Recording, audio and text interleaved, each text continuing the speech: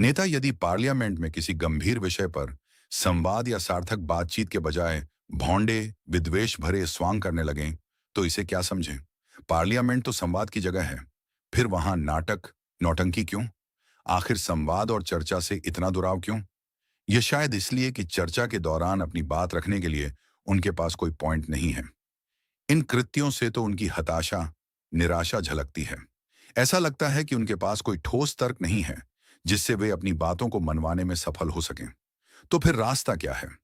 अपनी सीट पर खड़ा होकर शोर मचाना या ऊंट पटांग नारे लगाना और कार्य को बाधित करना? प्रश्न है कि जानबूझकर ऐसा कर वे हासिल क्या कर लेंगे? क्या इस हरकत से जनता के बीच वे अपना सम्मान बढ़ाने में सफल होते हैं? वे नहीं जानते कि उनके क्षेत्र की प्रबुद्ध जनता उनके इस कार्य से कितनी शर्मशार होती है। क्या जनता इतनी मूर्ख है कि वह सही और गलत का अंतर नहीं समझ पाती? आपकी नजरों में यदि जनता मूर्ख ही होती है, तो ये भ्रम न पालिए। जनता मूर्ख नहीं होती। वह नेताओं की बातों पर विश्वास कर लेती है और कभी-कभी किसी अयोग्य को चुन लेती है। हर चुने गए नेता को अपनी योग्यता सिद्ध करनी चाहिए, न कि व्यर्थ के कामों में उलझ कर रहना।